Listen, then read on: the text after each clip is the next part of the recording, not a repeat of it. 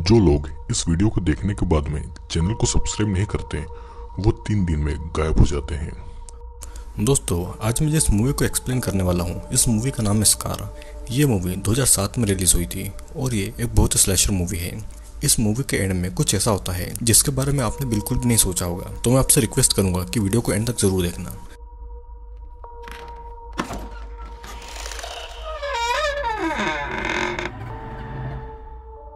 इस मूवी की शुरुआत में हम जॉन बोरोज नाम की एक लड़की को जॉगिंग करते हुए देखते हैं।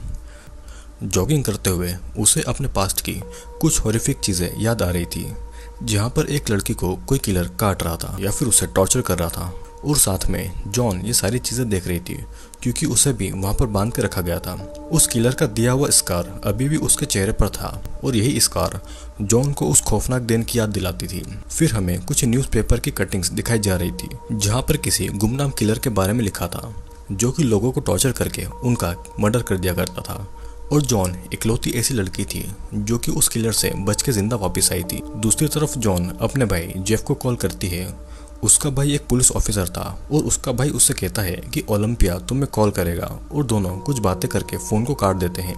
तभी एक कार को ट्रैफिक सिग्नल तोड़ता देख जेफ उस गाड़ी का पीछा करता है और उस गाड़ी में सेंड्रा और ओलंपिया नाम की 2 लड़कियां थी। जेफ उन दोनों लड़कियों को पहचानता था और इसीलिए वो उनकी गाड़ी पर कोई फाइन नहीं लगाता है। और यहाँ पर हम देखते हैं कि ओलंपिया जेफ की ही बेटी है। जेफ ओलंपिया को घर जाने का बोलता है क्योंकि जॉन यानी कि उसकी आंटी उनके घर आने वाली थी। जॉन बहुत सालों के बाद में अपने होम टाउन आई हुई थी और वो अपने होम टाउन आने के बाद में सुजैन की कब्र पर फूल चढ़ाने के लिए जाती है, जिससे कि उसे कुछ सालों की बातें भी याद आती है। वो और सुजैन एक रात को एक कब्रिस्तान में स्मोक और ड्रिंक करके बातें कर रहे थे। तब जॉन और सुजैन दोनों टीनेजर थे। उनको वहाँ पर एक घर दिखता है। फिर जॉन सुजैन को उस घर पर ले जाने के लिए जिद करती है। सुजैन पहले थोड़ा मना करती है, लेकिन बाद में वो भी उस घर की तरफ जाने लगती है। ये घर किसी बिशप नाम के एक आदमी था और वो दोनों घर के अंदर ही जा रही थी कि तभी वहाँ पर बिशप आ जाता है और उनको अंदर आने के लिए इन्वाइट करता है। वे दोनों बिना सोचे समझे घर के अंदर चली जाती है। जॉन को चोट आई हुई थी तो बिशप उन चोटों पर बर्फ लगाता है। फिर बिशप उन्हें चाय पिलाकर उनसे कुछ बातें करने लगता है। वो उनसे उनके घर और उनके बॉयफ्रेंड के बारे में भी पूछता है। बिशप फिर सुजैन को किसी काम के लिए मदद करने के लिए किसी रूम में ले जाता है। सुजैन भी उसके साथ में अकेले ही रूम में चली जाती है। सीन यहीं पर कट होता है और कहानी फिर से प्रेजेंट टाइम में आती है, जहाँ पर जॉन को ये सब बातें याद आ रही थी। उस कब्रिस्तान में एक काम करने वाला आदमी था जिसे देखकर जॉन जल्दी से वहाँ से चली जाती है। ये कहानी फिर हमें जेफ के घर की तरफ दिखाई जाती है, जहाँ पर जॉन भी आई हुई थी। उसने अपने घर इतने सालों के बाद में खाना खाते हुए जॉन, जेफ और ओलंपिया एक दूसरे से बातें करने लगते हैं। फिर तभी ओलंपिया के फोन में सेंड्रा का मैसेज आता है जो कि उसे एक पार्टी के लिए बुला रही थी। रात को ओलंपिया और सेंड्रा पार्टी के लिए जाते हैं और ये पार्टी एक हाई स्कूल की लास्ट ईयर की पार्टी थी, इसीलिए वहाँ पर सभी लोग बहुत ज्यादा मस्ती कर रहे थे। तभी ओलंपिया पॉल नाम के एक लड़के के साथ में बातें करने के लिए चली जाती है। ओलंपिया और पॉल एक दूसरे से बातें कर रहे थे। फिर पॉल ओलंपिया को स्मोक करवाने के लिए थोड़ा दूर ले जाता है। उस पार्टी में दोनों स्मोक करने लगते हैं। वहाँ पर उनके बाकी के दोस्त भी आ जाते हैं और उनके 2 कपल फ्रेंड बीच की तरफ जाते हैं। इधर घर पे हम जेफ और जॉन को देखते हैं जो कि बातें कर रहे थे। जेफ की पत्नी मर चुकी थी, लेकिन जेफ ने अभी भी अपनी पत्नी की सारी चीज़ों को बहुत अच्छे से संभाल कर रखा हुआ था।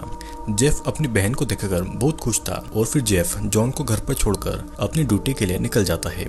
जॉन को फिर से वही सारी बातें, वही टॉर्चर याद आ रहे थे। हम फिर से फ्लैशबैक को देखते हैं जहाँ पर सुजैन के बिशप के साथ एक अलग रूम जाने के बाद में जॉन वहाँ की चीज़ों को देखने लगती है। तभी वहाँ पर बिशप आ जाता है। वो जॉन के पैर में पट्टियां करते करते उससे कहता है कि तुम्हारी फ्रेंड दूसरे रूम में एंटिक सामान को देख रही है। बिशप और जॉन फिर से बातें करने लगते हैं। फिर बातें करते करते वो और जॉन एक दूसरे को किस करने ही वाले थे कि तभी बिशप किस नहीं करता। बिशप अचानक से क्लोरोफॉर्म लेकर जॉन को बेहोश कर देता है। कहानी फिर से प्रेजेंट टाइम में आती है, जहाँ पर हार्वर्ड और अप्रैल नाम के वही दोनों कपल जंगल में इंटीमेट होने के लिए जाते हैं। लेकिन इंटीमेट होने से पहले हार्वर्ड पानी में नहाने जाता है और उसकी गर्लफ्रेंड अप्रैल अपने कपड़े उतारकर उसे अपने पास बुलाने लगती है। फिर हार्वर्ड उसे अपने कपड़े पहनने को कहता है। हार्वर्ड को अप्रैल इंटीमेट होने के लिए बुला रही थी क्योंकि उसे अपने हाई स्कूल के पहले अपनी वर्जिनिटी लूज करनी थी। हार्वर्ड अभी भी पानी से बाहर नहीं आता और इसीलिए वो गुस्से में वहाँ से चली जाती है। हॉवर्ड अप्रैल को बुलाता है लेकिन उसका कोई जवाब नहीं आता। वो अप्रैल को बुलाने के लिए उस कार के पास में जाता है लेकिन वो कार में भी नहीं थी। अब फिर अगले सुबह हम एक फिशिंग कंपटीशन को देखते हैं जहाँ पर वे सारे हाई स्कूल के स्टूडेंट्स आए हुए थे। वहाँ पर ओलंपिया, पॉल और सेंड्रा भी आई हुई थी लेकिन वहाँ पर उन्हें अप्रैल और हॉवर्ड दोनों नहीं दिखाई दे रहे थे। वे लोग बातें कर ही रहे थे कि तभी वहाँ जेफ और जॉन भी आ जाते हैं कंपटीशन को देखने के लिए। पॉल उन्हें अपने डैड से ही मिलवाता है जो कि एक ऑफिसर थे और फिर तभी प्रिंसिपल कंपटीशन का विनर अनाउंस करती है। वे सभी काफी ज्यादा खुश थे और इसके बाद में सभी हाई स्कूल के बच्चे लेक के अंदर उतर जाते हैं। वे सभी लेक के अंदर मस्ती कर रहे थे और तभी अचानक से पॉल से एक डेथ बॉडी टकरा जाती है और उसकी बॉडी पर हर जगह कटे हुए निशान लगे हुए थे। और तो और अप्रैल की बॉडी पर कोई भी कपड़ा नहीं था, मतलब कि उसकी पूरी बॉडी ही नेकेड थी। अब इस लाश को देखकर जॉन को फिर से फ्लैशबैक की बातें याद आने लगती है जहाँ पर जॉन को वो किलर बिशप ने एक बेड पर बांध कर रखा हुआ था और उस रूम में हर जगह सर्जरी का सामान भी रखा हुआ था। पास ही में सुजैन भी खून से लथपथ पड़ी हुई थी जो कि दर्द में बहुत ज्यादा तड़प रही थी। वहाँ पर बिशप फिर एक लाश को लेकर आता है और वो उस लाश के अंदर वैक्यूम क्लीनर डाल के उस लाश के अंदर का सारा मांस खींच रहा था और ये सब जॉन और सुजैन देख रही थी। वो दोनों ये देखकर बहुत ज्यादा डर गई थी और वे ये सोच रहे थे कि अब उनके साथ में क्या होगा। बिशप जॉन के पास आकर जॉन के फेस पर एक कट मारता है जिससे कि जॉन दर्द से बहुत ज्यादा चिल्लाती है। सीन यहीं पर कट होता है और कहानी फिर से प्रेजेंट टाइम में आ जाती है जहाँ पर जॉन और जेफ घर में अप्रैल के मर्डर के बारे में बातें कर रहे थे। अप्रैल के बॉयफ्रेंड हॉवर्ड भी मिसिंग था और फॉरेंसिक रिपोर्ट अभी भी नहीं आई थी। जॉन के मुताबिक तो ये एक मर्डर ही था और ओलंपिया अपने फ्रेंड से मिलने का बोल के जॉन और जेफ को बाय बोलकर वहाँ से चली जाती है। ओलंपिया फिर पॉल के घर जाती है और पॉल और ओलंपिया अप्रैल के मर्डर के बारे में बातें कर रहे थे। ओलंपिया पहली बार पॉल के घर आई थी तो वो इसीलिए पॉल के रूम को देख रही थी। ओलंपिया को वहाँ पर यह पता चलता है कि पॉल की मॉम भी मर चुकी थी और बातें करते करते दोनों एक दूसरे के बहुत ज्यादा क्लोज आ जाते हैं। दोनों में फिर किस होती है। धीरे धीरे फिर पॉल ओलंपिया के कपड़े उतारने वाला था लेकिन वो ऐसा करने से मना कर देती है। उसकी बॉडी पर स्कार्स यानी कि निशान थे और इसीलिए वो कंफर्टेबल नहीं थी। पॉल भी उसे फिर अपनी बॉडी के स्कार के बारे में बताने लगता है। ओलंपिया पॉल को बाथरूम जाने को बोलती है और पॉल उसे वहां जाने का रास्ता बता देता है। ओलंपिया जब बाथरूम जाती है तो वहां पर पॉल के फादर थे जिसे देखकर ओलंपिया डर जाती है और वापस पॉल के पास आ जाती है। आने के बाद में वो उसे बाय बोलती है और वहां से चली जाती है। घर आने के बाद में ओलंपिया सेंड्रा को कॉल करती है। सेंड्रा के घर में उसके पेरेंट्स नहीं थे तो उसने अपने बॉयफ्रेंड ब्रेंड को अपने घर पर बुला लिया था। दोनों थोड़ी देर फोन पर बात करते हैं जिसके बाद में वो फोन कट कर देती है। सेंड्रा यहाँ पर अपने घर को साफ कर रही थी और ब्रायन अप्रैल के मर्डर और हॉवर्ड के मिसिंग होने की बातें कर रहा था। ब्रायन बार बार ये बातें कर रहा था तो सेंड्रा उस पर बहुत ज्यादा गुस्सा हो जाती है। ब्रायन उठकर फिर अंदर कमरे में चला जाता है और सेंड्रा बाहर कचरा फेंकने जाती है। बाहर उसे किसी के होने का एहसास होता है तो वो ब्रायन समझकर उसे पुकारती है। वो उसे देखने जाती है लेकिन वहाँ पर एक जानवर था जिससे कि वो डर के मारे फिर से घर के अंदर चली जाती है। घर के अंदर आने पर वो ब्रायन को पुकारने लगती है लेकिन अब भी उसे कोई जवाब नहीं आ रहा था। तभी वो देखती है कि एक रूम के अंदर ब्रायन खून से लथपथ तड़प रहा था और अचानक कोई पीछे से आकर सेंड्रा को भी पकड़ लेता है। सीन यहीं पर कट होता है और दूसरी तरफ हम देखते हैं कि जॉन को अपना स्कार देखते हुए उसी दिन के फ्लैशबैक फिर से याद आने लगते हैं जहाँ पर किलर सुजैन के घाव पर एल्कोहल लगा रहा था जिसकी वजह से सुजैन दर्द के मारे बहुत जोर जोर से चिल्ला रही थी। अब फिर वो जॉन के पास आकर उसके पेट पे स्टेपलर लगा देता है। जॉन फिर से चिल्लाने लगती है और फिर वो किलर बिशप सुजैन के पास आकर उससे कहता है कि अगर तुम जॉन को मारने को कहोगी तो मैं तुम्हें छोड़ दूंगा। सुजैन ऐसा नहीं करती और तब किलर एक सर्जिकल नाइफ सुजैन के मुंह में घुसा देता है और वो उसके मुंह के अंदर का मांस और उसके जीवान काटने लगता है। जॉन बिशप को रोकने की कोशिश करती है लेकिन वो नहीं रुकता और सुजैन की जीभ का टुकड़ा बिशप के हाथ पर आ जाता है और उसके मुंह से अब खूनी खून टपक रहा था। कहानी फिर से प्रेजेंट टाइम में आती है जहाँ पर ओलंपिया सेंड्रा के घर आई हुई थी। वो डोर पर नॉक करती है लेकिन अंदर से कोई निकल कर नहीं आता। वो अंदर जाती है पर अंदर सारा सामान बिखरा पड़ा हुआ था। वो सेंड्रा को आवाज लगाती है जिसके बाद में वो ऊपर रूम की तरफ जाती है। उसे ये लगता है कि ऊपर बेड पर सेंड्रा सोई हुई है। वो चादर हटाती है तो वहाँ पर हॉवर्ड की जख्मी लाश पड़ी हुई थी। वो ये भी देखती है कि हॉवर्ड के प्राइवेट पार्ट को किसी ने बुरी तरह से काट दिया है और ये देखकर ओलंपिया बहुत ज्यादा डर गई थी। अब फिर पुलिस स्टेशन में ओलंपिया को लाया जाता है उसकी पूछताछ करने के लिए जहाँ पर पॉल भी आ जाता है। ओलंपिया को कुछ और देर पुलिस स्टेशन में रखा जाता है और पॉल और जॉन को घर पर भेज दिया जाता है। रात को अब ओलंपिया और जॉन एक दूसरे से मर्डर के बारे में बातें करते हैं। जॉन ओलंपिया को भरोसा दिलाती है कि वो उसके साथ में कुछ बुरा नहीं होने देगी। जॉन नहीं चाहती थी कि जो कुछ भी टीनेज की उम्र में उसके साथ में हुआ है वो ओलंपिया के साथ में भी हो।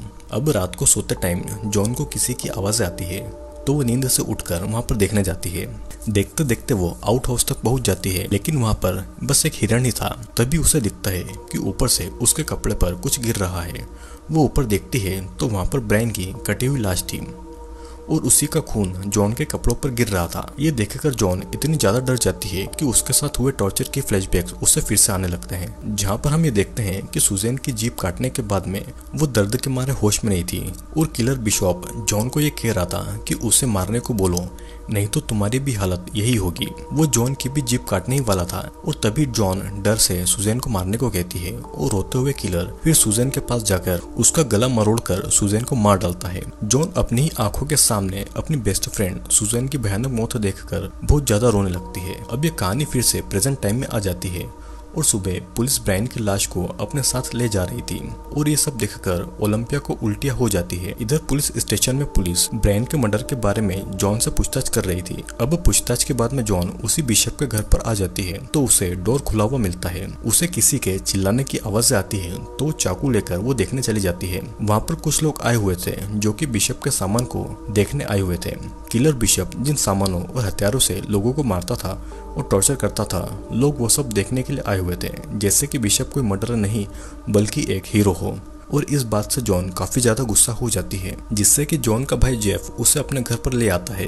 अब रात को जॉन जब खाना बना रही थी तो गलती से उसका हाथ कट जाता है और अपने खून को देखकर अब जॉन को फिर से फ्लैशबैक आ जाती है, लेकिन वो किसी तरह से खुद को संभाल लेती है। रात होने पर जॉन को बिशप की चीजों के म्यूजियम की तरफ जाती है और घर के अंदर घुस के वो एक रूम की तरफ जाती है। उसे ऐसा लग रहा था कि ओलंपिया को बिशप टॉर्चर कर रहा था, लेकिन ये बस उसका एक बुरा सपना था। फिर अचानक एक फोन आता है जिससे कि जॉन की नींद खुल जाती है और ये किसी ऑफिसर का कॉल था। उसे ऐसा लगता है जैसे कि वो जेफ को कॉल हो, लेकिन वो एक बार घर पर जेफ को ही आवाज लगाती है, लेकिन वो ये देखती है कि बाथरूम के अंदर किसी ने जेफ का गला काटकर उसे मार डाला है। अब जॉन को फिर से किसी की आवाज आती है और वो चाकू लेकर देखने के लिए जाती है। वो देखती है कि ओलंपिया अपने रूम में नहीं है। जब वो बाहर जाकर देखती है तो बाहर गार्ड को भी किसी ने मार डाला था। उसे रास्ते में कुछ दूर पर कोई दिखाई देता है और वो आदमी भागता हुआ आता है तो जॉन उसके पीछे भागती है, लेकिन पुलिस आकर जॉन को ही पकड़ लेती है क्योंकि वो खून से सनी हुई थी और उसके हाथ में चाकू भी था। उसके हाथ में चाकू को देख पुलिस जॉन को चाकू रखने को कहती है, लेकिन जॉन पुलिस को बार बार कहती है कि कातिल वो नहीं है बल्कि वो है जो कि भाग रहा था, उन्हें उसे छोड़कर उस कातिल को पकड़ना चाहिए। लेकिन पुलिस जॉन की बातें नहीं सुन रही थी। वो जॉन को खूनी मानकर उसे अरेस्ट कर लेते हैं और पुलिस स्टेशन में जॉन बार बार ओलंपिया को ढूंढने को कहती है। उसके मुताबिक ओलंपिया और सैंड्रा को किलर टॉर्चर कर रहा होगा, लेकिन कोई भी उसकी बातें नहीं सुनता है।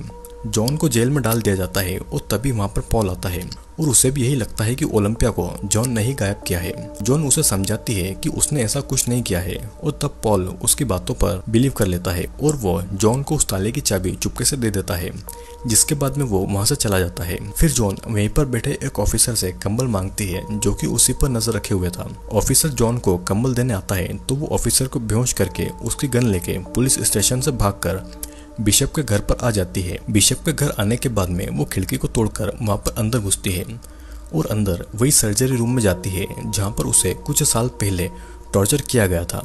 वहाँ पर उस म्यूजियम के ओनर की लाश पड़ी हुई थी जिसे किसी ने बुरी तरह से मार दिया था और ये सब देखकर जॉन को फिर से फ्लैशबैक आ जाते हैं। हम देखते हैं कि जब सुजैन मर चुकी थी तो जॉन खुद को बचाने के लिए धीरे धीरे अपने हाथ की रस्सी को एक ब्लेड से काट लिया था और बिशप का ध्यान उस पर नहीं था। जॉन फिर खुद को आजाद करने के बाद में चुपके से एक कांच की बोतल को अपने हाथ में लेती है और बिशप के सिर पर मार देती है। वो एक कांच के टुकड़े को बिशप को मारने वाली थी, लेकिन बिशप उसका हाथ पकड़ लेता है और वो जॉन का गला दबाने लगता है। जॉन फिर उसी वैक्यूम क्लीनर को बिशप के पेट में घुसाती है और बिशप के पेट का सारा मांस गलकर एक बोतल में चला जाता है। बिशप दर्द के मारे चिल्लाता है और तभी बिशप वहीं पर मारा जाता है और इसी तरह जॉन वहाँ से बचकर भाग निकलती है। अब प्रेजेंट टाइम में वो पूरे घर में बिशप को ढूंढ रही थी और उसे एक आदमी दिखाई देता है। वो उसका पीछा करके जंगल की तरफ जाती है और भागते भागते जॉन एक घर की तरफ आ जाती है तो वहाँ पर उसे एक बेसमेंट के अंदर जाने का डोर दिखाई देता है, जिससे कि वो नीचे जाती है तो वहाँ पर उसे ओलंपिया, पॉल और सेंड्रा मिलते हैं। जॉन ओलंपिया को खोलने ही वाली थी कि तो तभी पॉल पीछे से उठकर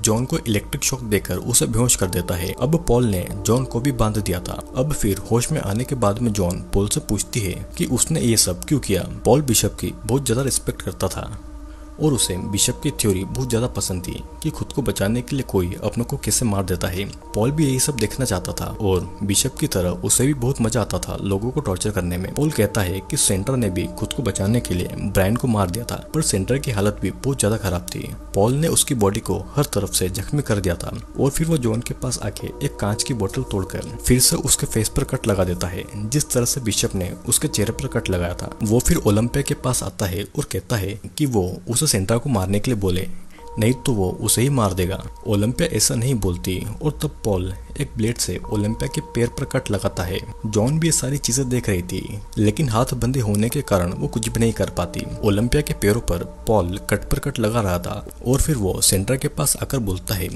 कि वो ओलंपिया को मारने के लिए बोले, लेकिन सेंड्रा उसे ऐसा नहीं बोलती और फिर वो उसी ब्लेड को सेंड्रा के सर पर कट मारने लगता है। सेंड्रा भी अब दर्द के मारे चिल्लाती है और फिर वो उसके बालों को उखाड़ने लगता है। पॉल फिर अब ओलंपिया के पास आके फिर से सेंड्रा को मारने के लिए कहता है, लेकिन जॉन और सेंड्रा उसे ऐसा बोलने के लिए मना कर रही थी क्योंकि पॉल यही चाहता था कि अपने ही किसी अपने को मारे खुद को बचाने के लिए। ओलंपिया नहीं बोलती है तो पॉल ओलंपिया के सर पर एक कट मारता है, जिससे कि वो दर्द सहन नहीं कर पाती और वो सेंड्रा को मारने के लिए कह देती है। ये सब सुनकर सेंड्रा बहुत ज्यादा रोती है कि उसकी फ्रेंड ओलंपिया ने उसे मारने के लिए बोल दिया। अब फिर पॉल एक सुपर ग्लू को सेंड्रा के मुंह में डालता है और उसके मुंह पर एक कपड़े को चिपका देता है, जिससे कि उसे अब सांस नहीं मिल पा रही थी और ऑक्सीजन की कमी की वजह से सेंड्रा वहीं पर मारी जाती है। पॉल फिर जॉन के पास आकर उसे इलेक्ट्रिक शॉक देता है और वो ऐसा जॉन के साथ में बार बार करता है। जॉन अपनी भतीजी ओलंपिया को बचाने के लिए खुद ये दर्द सहन कर रही थी। पॉल फिर ओलंपिया के पास आके अपनी आंट जॉन को मारने के लिए बोलता है, लेकिन ओलंपिया ऐसा नहीं बोलती। ओलंपिया की बेली पर लगी हुई रिंग को एक चाकू से उखाड़ देता है, जिससे कि ओलंपिया को बहुत ज्यादा दर्द होता है। अब फिर जब पॉल की नजर जब दूसरी तरफ थी तो जॉन एक कांच का टुकड़ा उठाकर अपने ही हाथ की एक उंगली काटकर उसे अलग कर देती है, जिससे कि उसका हाथ हथकड़ी से आसानी से निकल जाता है। पॉल अब ओलंपिया के मुंह में एक चाकू डालने ही वाला था और उसके दांत उखाड़ने ही वाला था कि तभी जॉन पॉल को गोली मार देती है और फिर जॉन ओलंपिया को आजाद कर रही थी कि तभी पॉल उसके पैर पर कट मार देता है। पॉल फिर अब जॉन के ऊपर चढ़ के उसे चाकू मारने वाला था कि तभी ओलंपिया पीछे से आकर एक चेन सो से उसके सर के टुकड़े कर देती है। पॉल दर्द के मारे चिल्लाता हुआ वहीं पर मारा जाता है और जॉन और ओलंपिया ये सब देखकर बहुत ज्यादा इमोशनल हो जाती है। अब सीन यहीं पर कट होता है और मूवी के आखिर में हम देखते हैं कि जॉन और ओलंपिया हॉस्पिटल में आपस में बातें कर रहे थे। तभी ओलंपिया के गले को किसी ने पीछे से पकड़ लिया था और हम देखते हैं कि ये बस ओलंपिया का एक बुरा सपना था। जिस तरह से ओलंपिया की आंट जॉन को पूरी जिंदगी भर अपने टॉर्चर की यादें ताज़ा रहती है, उसी तरह अब ओलंपिया को इस हादसे के बारे में जिंदगी भर याद रहेगा। आई होप दोस्तों वीडियो आपको ज़रूर पसंद आया होगा। वीडियो अगर पसंद आया हो तो लाइक, शेयर और कमेंट ज़रूर करना। और हाँ, अगर आप इस चैनल पर नए हैं तो चैनल को सब्सक्राइब जरूर कर लीजिएगा और अब हम मिलेंगे अगले वीडियो में।